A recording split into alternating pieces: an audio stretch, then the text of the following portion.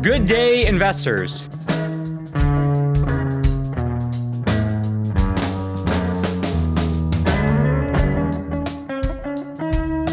Welcome to Vested with Jared Bowers.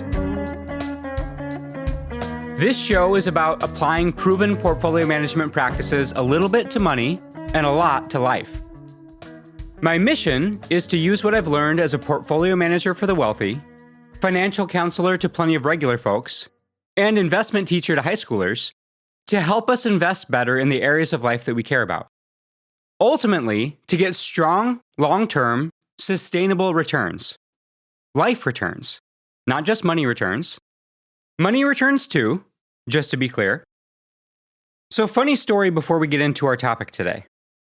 I was recently accused of being AI. Not my content or ideas being produced by AI, that this podcast was an AI production, fabrication, synthetic material, that my voice is not coming from a real human. Accused might not be the right word. Labeled? And who was it that did such a thing? It was YouTube.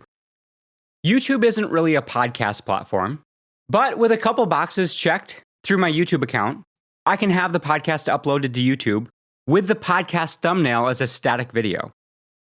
So that means that YouTube viewers just get to stare at my unmoving face while listening to my allegedly synthetic voice. Sometime after episode 17 was released, it popped up on my YouTube homepage. Because of course I'm subscribed to myself, and I clicked on the thumbnail, because of course who wouldn't? And I noticed by the video title that it has an information badge that said AI. When I clicked on it, under the podcast description, it has a how this was made that says made with AI, and that the content was either altered or fully generated by AI. And I thought, interesting. What content? It's just my voice. Well, it turns out exactly that content. Then my next question was, is this a compliment or an insult? Apparently, it's more on the compliment side. I dug into it, and because my audio quality is so high, I almost never flub my words, at least that you hear. I don't use filler phrases or filler words. I silence my breaths, and I remove gaps in the audio, all of which I do to make it sound good and be respectful to you, my listeners. My high level of preparation and my editing efforts have resulted in being mistaken for a robot. Now, we all know that a robot would never be able to act as excited as I am about investing and everything related to it. But what does this mean for us and for the future of this podcast? Not much. YouTube doesn't represent a large percentage of the listenership of our podcast. The past few episodes have had a few hundred listens, but I wanted the podcast to be easily accessible on big platforms. And there are people who do their podcast listening on YouTube. But I'm not going to worry about it too much. We'll see if it happens again. Those of you listening who know me in real life will probably get a kick out of this, considering that I've been accused in the past of being a bit robotic at times. Years ago, someone even accused me of looking like a robot when I'm drumming on stage. I didn't appreciate that one. I've loosened up since then. Maybe I should embrace my inner robot. Come with me if you want to invest. And some of you who don't know me are now thinking, I wasn't suspicious before, but is this real? It does sound almost too perfect. Yep, that makes sense. I've been accused of that before too. I did ask an LLM AI that may or may not have the same parent company as YouTube what I could do about it. And it suggested that I make the production value a bit lower, include some uhs and some ums and some likes, and have more breathing sounds. I don't think so. I'll stick to my default settings. And that brings me to my question for you today. What default settings do you have in life? What behavioral recipes or set patterns or well-worn paths do you drop into by default? Our environment is a big driver of our default settings. The people that we're around influence our defaults a lot as well. You probably have a default morning Somehow watching other people's morning routines has become a thing online. And if your mornings are or aren't mostly following defaults, your evenings probably are. We all have defaults in the way that we eat, for our good or for our ill. We can also fall into different defaults with our food when we're tired, or when we're in a hurry, or a weekday versus a weekend. Most of us have our default settings when it comes to how we handle our money. And those defaults are not small things. They may feel small because they're normal, it's just what we do. It just happens to be how we live our everyday. But that is exactly what makes them powerful. And we're going to come back and dig into defaults shortly. What we're going to cover today ties in with a lot of what we've built up to this point. And it sets the stage for a number of key portfolio management concepts that we're going to be covering in the upcoming episodes. One of which is rebalancing. Because sometimes assets in our portfolios grow too big or shrink too small, and they need a reallocation of our resources. They need to be rebalanced. And how do we know this? Well, because we've been making deposits and withdrawals intentionally in a specific direction. Because we've been tracking, measuring, and benchmarking our investments and our account balances. Because we know that our appropriate asset allocation is how we are going to achieve results.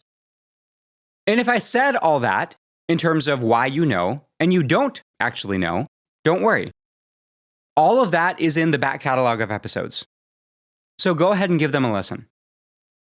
And we know that when we get too concentrated or too light in one area, that can throw things off inside the portfolio. It can pull us away from achieving our goals. And that is where rebalancing will come in, which we're going to cover in depth in the next episode. Today, we're going to talk about why rebalancing is needed in the first place. Essentially, our life portfolios are not static. Even when we think they're doing nothing, our defaults are still allocating our time, energy, and money. Inaction is still action. Not deciding is still deciding. And if our defaults are wrong, our portfolio will drift in the wrong direction until we step in as the portfolio manager and intentionally redirect it. My goal with this episode is for it to be especially helpful and applicable coming off of our discussions on diversification and risk and asymmetry. We can practice applying helpful tools and frameworks to fix issues, solve problems, keep or get the portfolio moving in the right direction, and avoid being spread too thin or being over-concentrated. Asset allocation is where your resources are supposed to go. But life does not stay static. Some areas grow, some areas shrink. Some habits gain strength. Some accounts get depleted. So yes, asset allocation, as we talked about before, is a very important exercise and process. The plan we set for our resources and how they are initially invested is the single biggest determining factor of the returns we have going forward. But it's not that easy. It's not a set it and forget it, one and done situation. And that's for a few reasons. One of those reasons for why portfolios drift and change is inertia. And what do I specifically mean by inertia? The direction that we are going tends to be the direction we keep going. Inertia is the tendency for the current direction to become the future direction. Our current path becomes the default path. Bad habits, repeated over and over again, create a rut of inertia. Good habits that we practice repeatedly create a pathway of inertia. But inertia is involved in both cases. It's not strictly positive or negative. Both are created the same way, repeated travel. The difference is that one makes the right direction easier to travel, the other makes the wrong direction harder to escape. So inertia is a double-edged sword. Can be good or can be bad. Our investment accounts of life and the direction of our existing resources, what we do, how we invest them in a typical day, week, month, year, those balances, deposits, withdrawals, have inertia to them. And I am of the strong opinion that you do not want to fight against inertia, but you do want to identify it and use it to your advantage. The more we invest in a direction, the better we get at making that allocation. the more of those resources naturally flow in that direction. And if we are already on a set direction, it takes much more energy to pull you away from that direction or to redirect it. That is inertia. And the asset allocation plan that we set in life will create inertia in how we invest our resources and in the returns that we get. We get better at what we practice. And doing the same thing over and over and over again solidifies it as the default process and practice. Some examples in life that we can easily identify of inertia are things like keeping the current job you have versus looking for and then changing to what might be a better opportunity. It's just easier in the short term to keep the job you have. It requires a lot of effort to redirect in that case. It adds uncertainty, volatility. Another example is the insurance coverage that you have. For your home, for your cars, for your health. The vast majority of people just leave the insurance coverage in place that they picked years ago when they signed up for the policy with the agent that they currently have. Even though there are probably better options out there, maybe better coverage or cheaper options. But their previous selection ends up becoming their default going forward because it takes energy to change it. It's already there. Many young adults fall into this with their chosen major in college. There's a meaningful percentage of students who, after taking a few semesters of courses in one field of study, know that they don't really like it. They have an inkling that there's probably something that would fit them better, but they continue on that set path because it's easier than changing. The class schedule is set. The next trimester is known if they stick with their current major. They think, I'm familiar with the professors, I understand the field. If I change, that would introduce a whole new set of unknowns. So we let inertia keep pulling us in that direction. Another example that's a little bit lower stakes is subscriptions. A lot of them fall into this category. And that's why companies love to be subscription-based if they can figure out a way to do it. Because the default is just to leave it there. Once you sign up for something, the inertia carries that subscription forward. If it's $8, $12, $15 a month, even if you don't use it, you might even notice it on your account statement, but it just feels like a chore to have to go in and change it. It never feels like an emergency. And I might use it in the future, even though I don't use it that much now. So I'm going to just keep it for now, because it takes a decision and some effort to end the subscription. And to be honest, that's one of the reasons why I really like subscription companies as an investor. Recurring cash flow, ongoing customers, but with a caveat that I only want to invest in subscription companies that really do add value and that their customers actually use and get value from. To tie this into a quick gym example, a lot of fitness gyms have the business model of selling subscriptions, hoping that few people will actually use it, but they keep paying their subscription going forward. There are big commercial gym chains whose entire business model is built around monthly subscription prices that are so low that it's easy to get people to sign up, knowing that they'll rarely or never use it. And then they make it difficult to cancel the membership. And since it's so cheap, most people just leave it be. School enrollment is another thing. It is so much easier to just leave your kids enrolled in their current school that they're currently in than to change it. That's why the school and the school system that your kids are enrolled in kindergarten, unless you happen to move to a different district, is likely to be the school system that they graduate from. Even if you had other choices, even if you had better choices. That is a strong example of inertia in action in our lives. Following the path of inertia is a way of ingraining habits. We like to think that habits are always intentional and active. But habits, both good and bad, are developed and ingrained through practice. And following the path of inertia, the easier or default path, is still a practice. The more we walk a path, the more a path is worn down. And as I mentioned earlier, good habits create a pathway that makes it easier to walk down again and again. And bad habits create a rut that is harder to get out of and keeps us stuck in that direction or situation. And all of this applies very directly to our portfolios: financial, relational, health, all of them. It's easier to just keep what you have. You may be doing your best to put new money into good, better, best opportunities, but what about what you bought previously? What about what you already own? Maybe the asset allocation of new resources is set well, but you have account balances that are already there and that are changing. You have investments, you have holdings that maybe could be better used elsewhere, that may need to be sold, that may need to be trimmed. And we as people are not optimization machines. We like to think of ourselves as that. Many of you listening to this podcast are working hard at being optimization machines. But fundamentally, what we are is default pattern and inertia following machines. And that brings us to our next topic in this, defaults. I've used that word a number of times already because defaults live very close to where inertia exists in our lives. When I say defaults, what I mean are decisions that happen automatically, whether you meant to automate them or not. It's just the way things are. The way you approach situations, the standard operating procedure, but rarely written down or spoken out loud.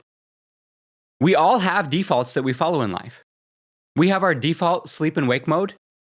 We have our default daily schedule, dictated by a mix of internal and external factors. Our responsibilities, our jobs, our families, our hobbies, our habits.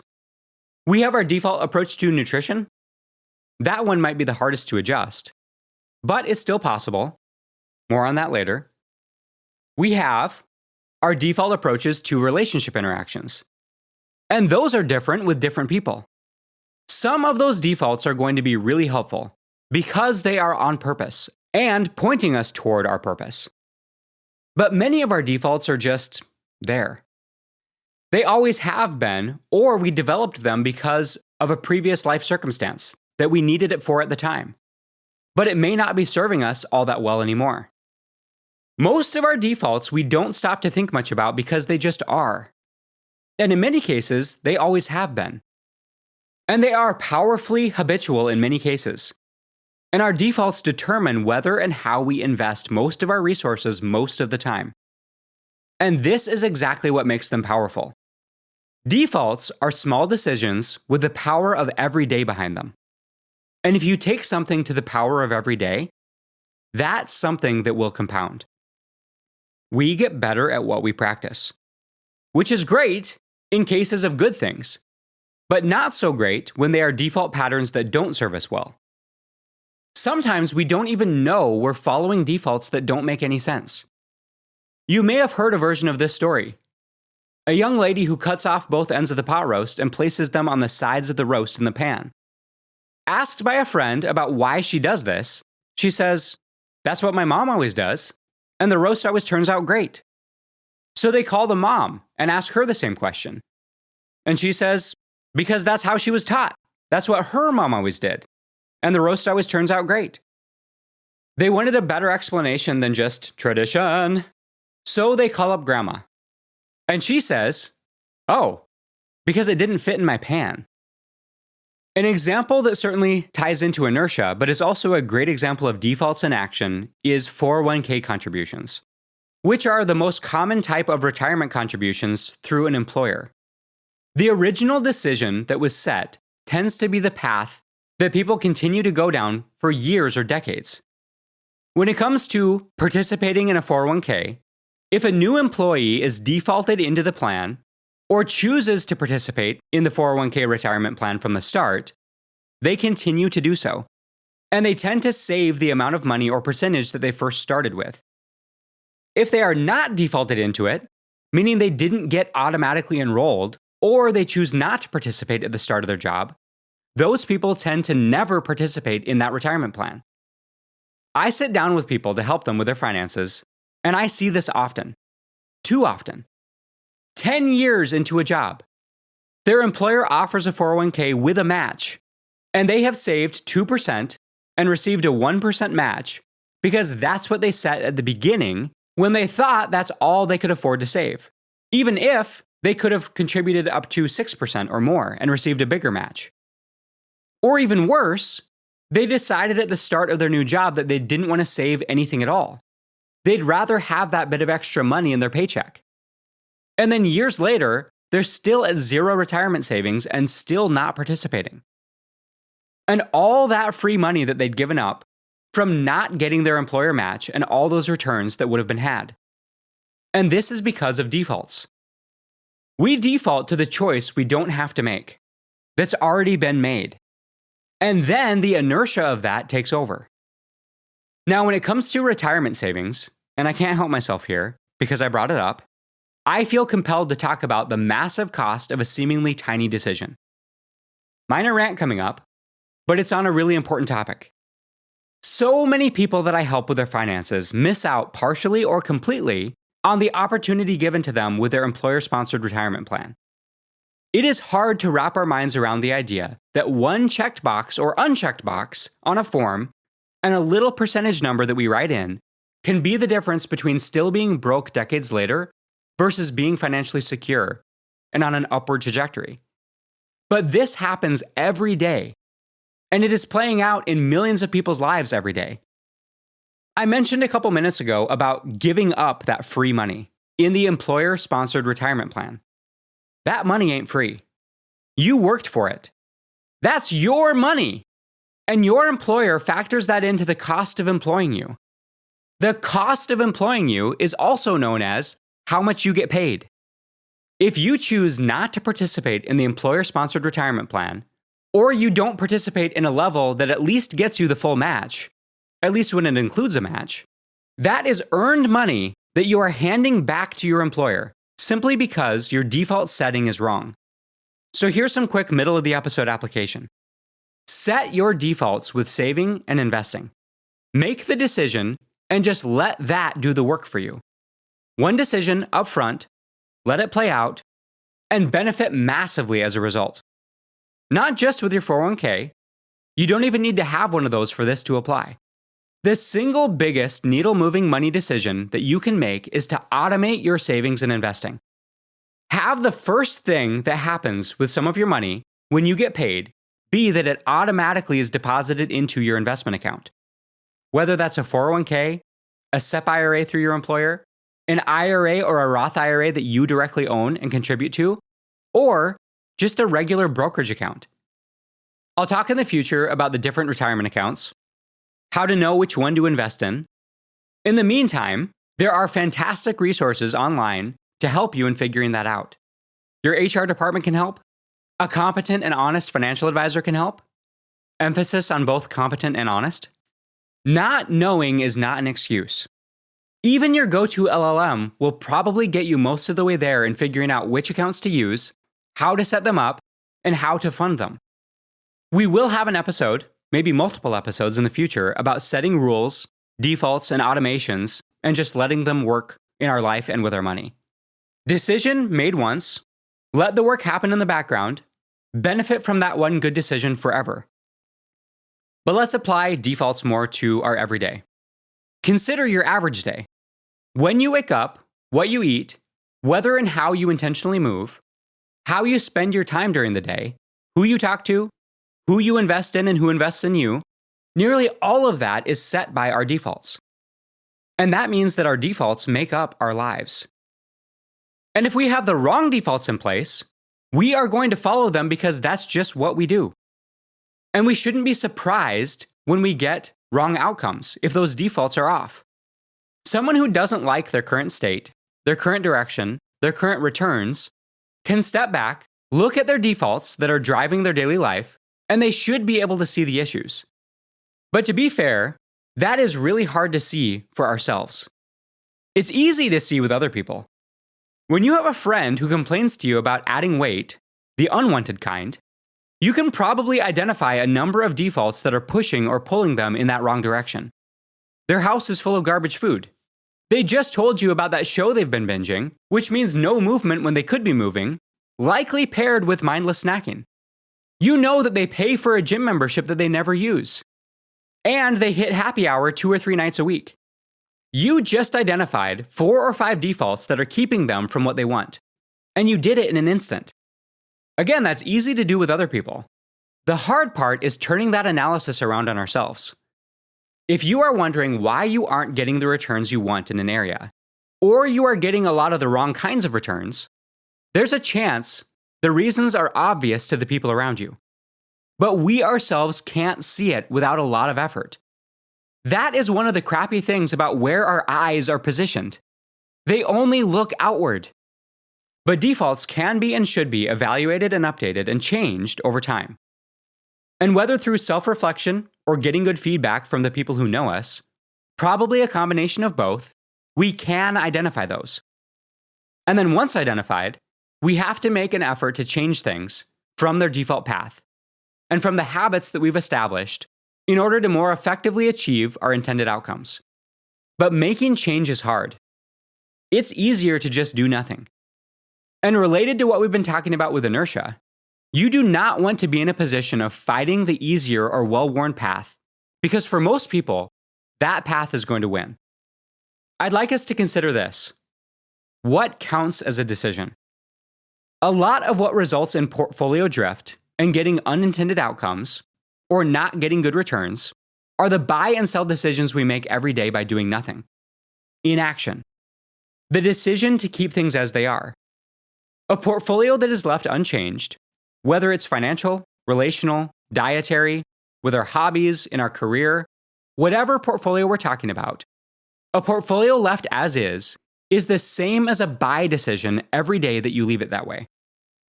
In case it's not clear what I mean, consider this as it relates to my investment portfolios. If I end the year with the exact same companies that I started it with, most would interpret that as I did not make any buy or sell decisions. But that is not the case. If I end the year with the same companies that I started it with, I made an active buy decision with every one of those companies. The decision to keep what you have should be seen as the same as a decision to buy it, because that is what we're choosing to keep our resources invested in.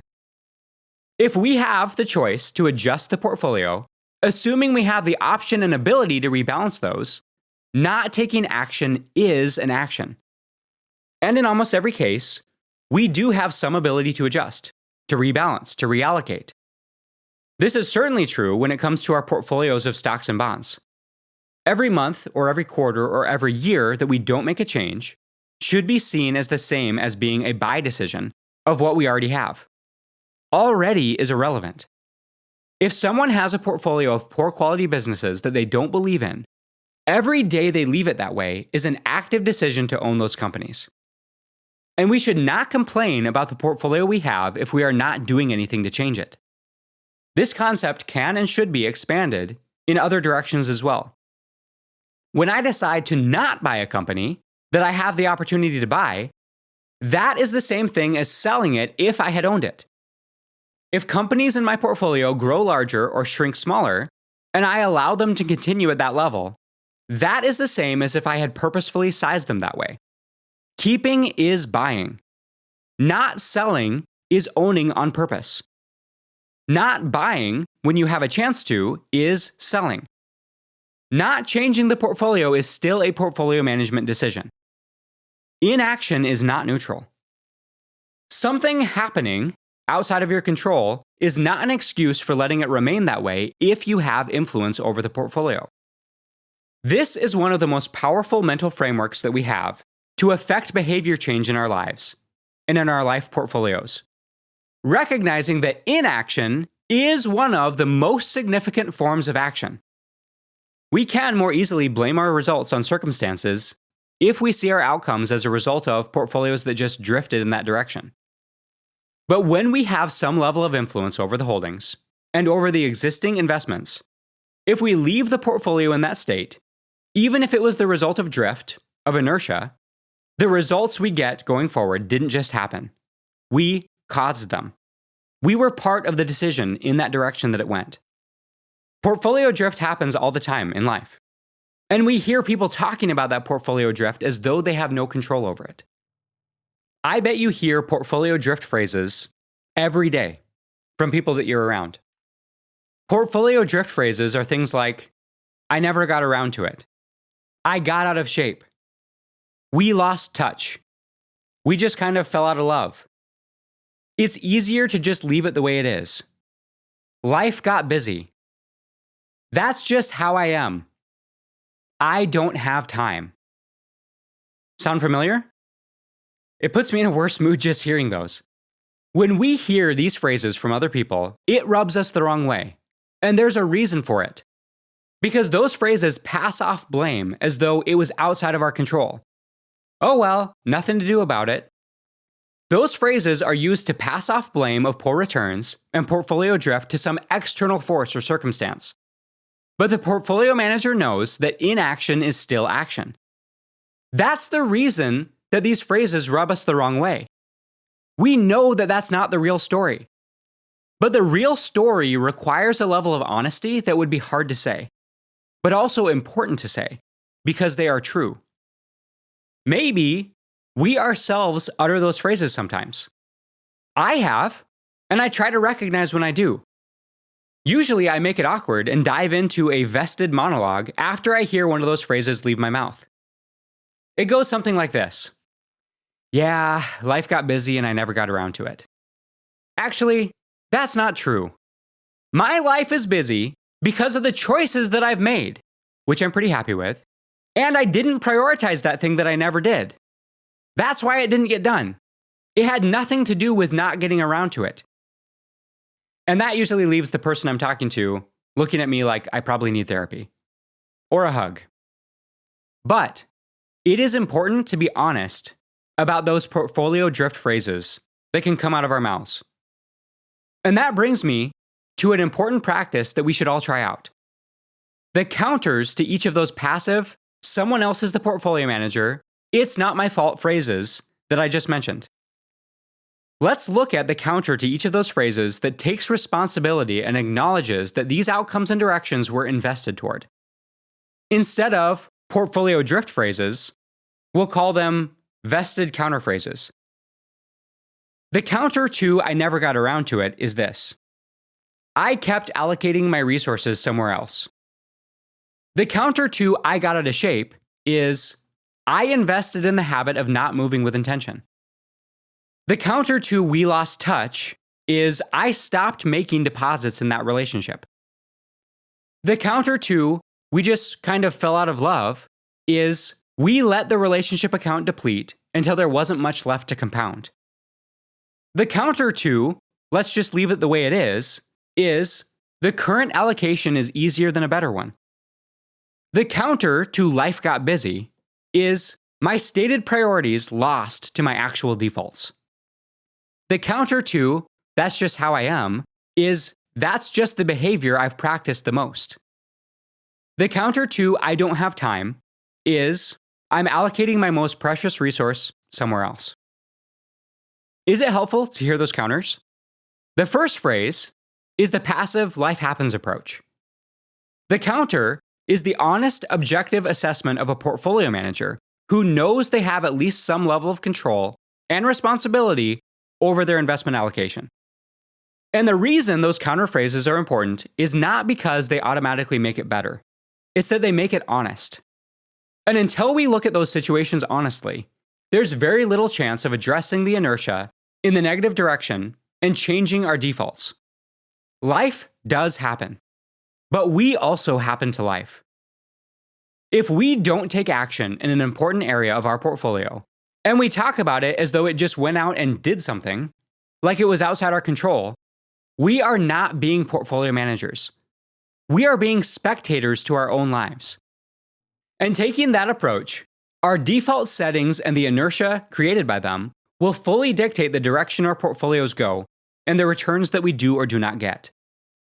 That can turn out well sometimes, especially if our defaults are strong.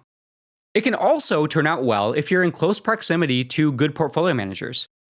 We see that sometimes, don't we? Someone making pretty bad decisions, but their trajectory is still strong because those around them are investing well and investing in them. There is a period of life where that's pretty common, the teenage and early adult years. But in most cases, taking that life just happened approach results in a reversion to the mean, or below the mean, the average. And we want better than average outcomes in the areas of life that we care about. So, how do we identify defaults and inertia in our lives that are resulting in imbalance or directions that we don't want to go? And then how do we change those? Yeah, good questions, right? I'm wondering those same things myself. If you have any ideas, you could let me know. No, I'm kidding, but I'm also somewhat serious. This is a really tough thing to identify in our own lives. I have a very hard time with it myself. These are hard questions to answer, but I don't want to leave you hanging.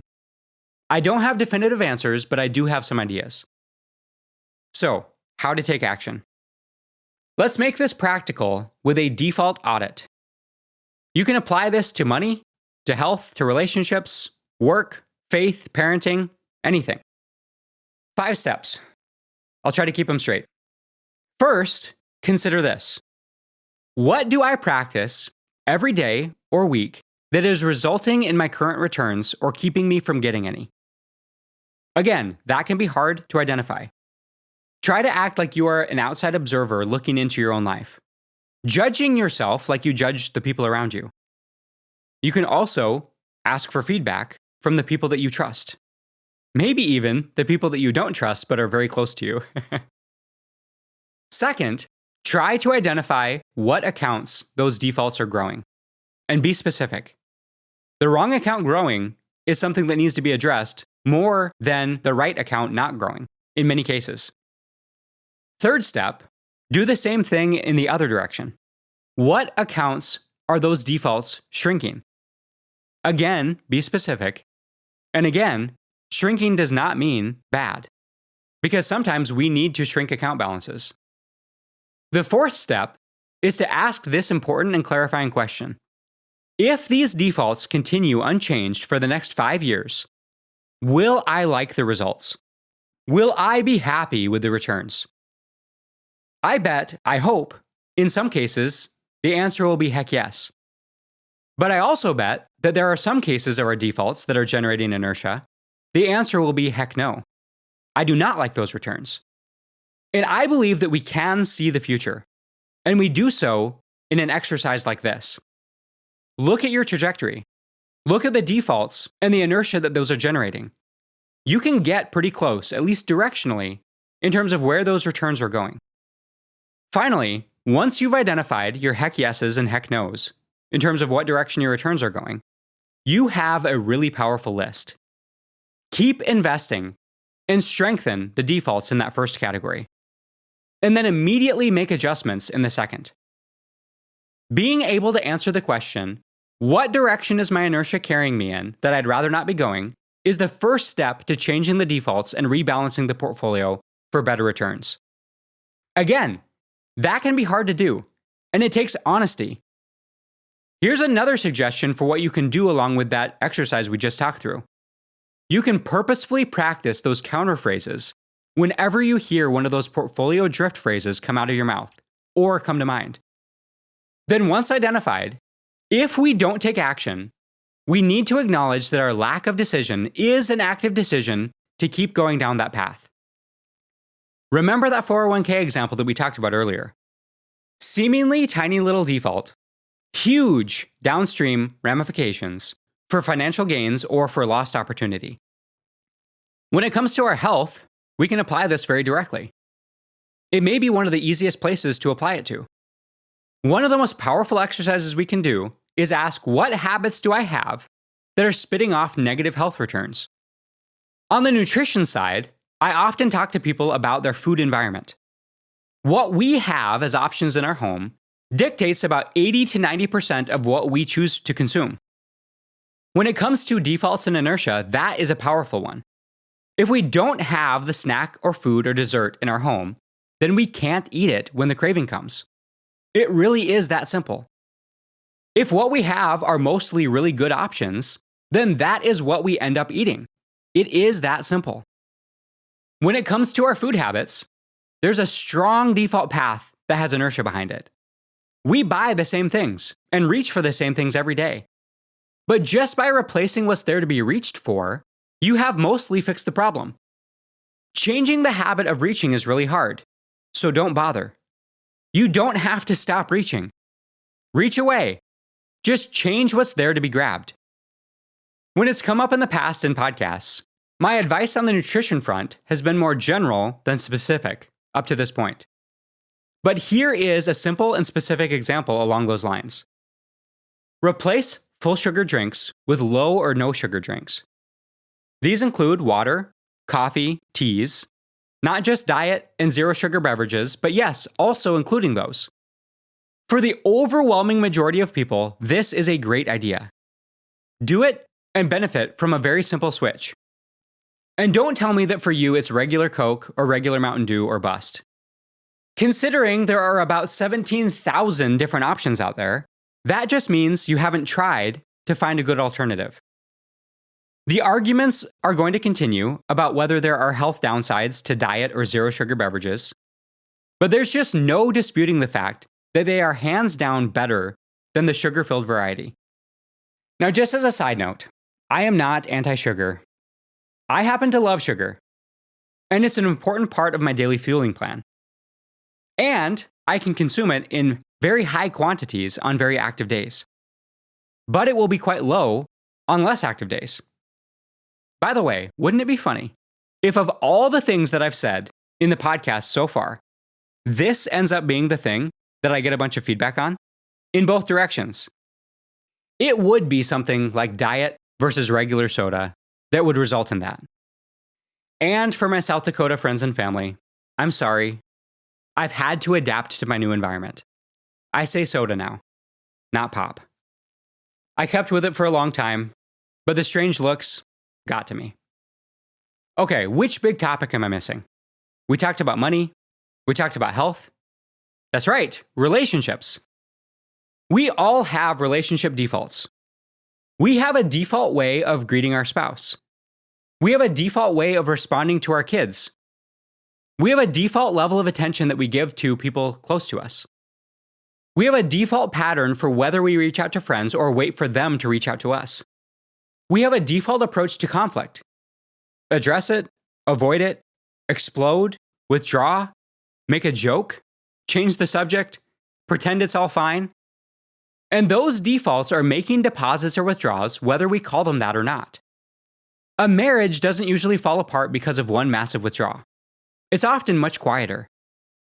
It is the small withdrawals repeated over time. Less attention, less patience, less curiosity, less affection, less effort, more phone, more work, more avoidance, more we'll talk about this later, more I'm tired, more it's fine. And then people say, we just drifted apart. No. The relationship portfolio drifted because the defaults were making bad allocation decisions. The same thing happens with friendships. We lost touch sounds passive, but most of the time, it means nobody kept making deposits. Nobody sent the text. Nobody made the call. Nobody put the lunch on the calendar. Nobody chose the relationship on purpose. These all need to be seen for what they are. They are not neutral decisions. They are active decisions. And that doesn't mean that every relationship needs to be maintained forever. Some relationships are for a season. Some should be trimmed. Some should probably be sold completely. But the important thing is honesty. If a relationship matters to you, it needs deposits. If the default is no deposits, do not be surprised when the account balance gets low. Our defaults are not neutral. They are investment instructions. They are telling your time, energy, money, attention, affection where to go. And if you do not choose those instructions, they will be chosen for you by inertia, by your environment, by your appetite, by convenience, the people around you, by our defaults. Let's be intentional portfolio managers and choose our investments, rather than letting our existing investments choose our outcomes. Okay. Thank you for investing in yourself and in those around you. I will talk to you next time.